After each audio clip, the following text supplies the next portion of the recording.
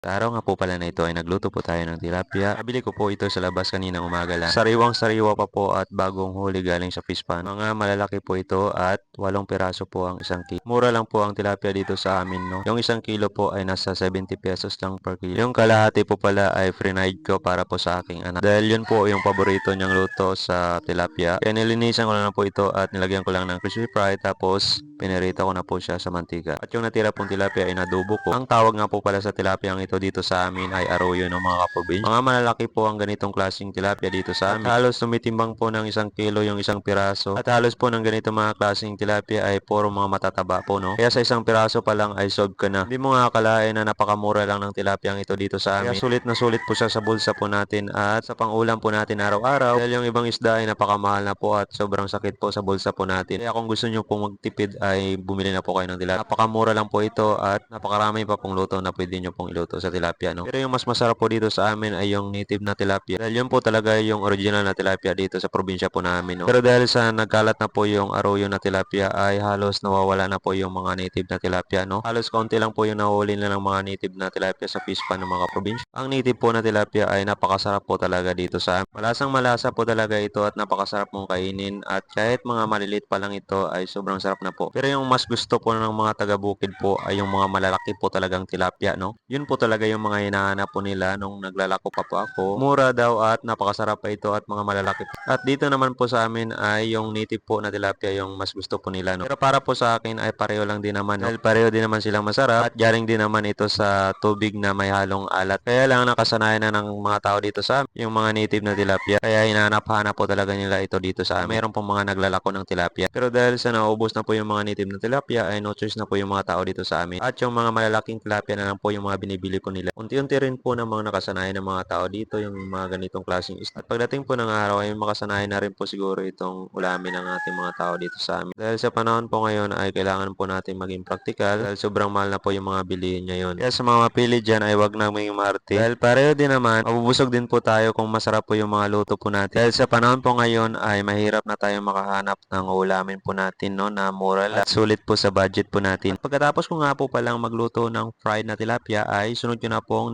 ang iluluto ko pong adobong tilapia mga kaprobinsya dahil nakaprepare na din po naman at iluluto ko na lang. Inuna ko lang pong lutuin yung fried dahil nagugutom na po yung aking anak kaya yun po yung inuna ko. At pagkatapos po inihanda ko na sa pagkainan yung kakainin ng anak ko. Dahil mabilis lang din naman maluto yung adobong tilapia ay naganda na rin ako pati ng kanin ng kakainin ko. Para matapos po maluto yung niluluto ko ay masabayan ko po siya sa pagkain niya. Dahil kung minsan mag-isa lang siyang kumakain ay nahalata kung konti lang po yung kinakain niya. Kaya halos po sabay po kaming kumain.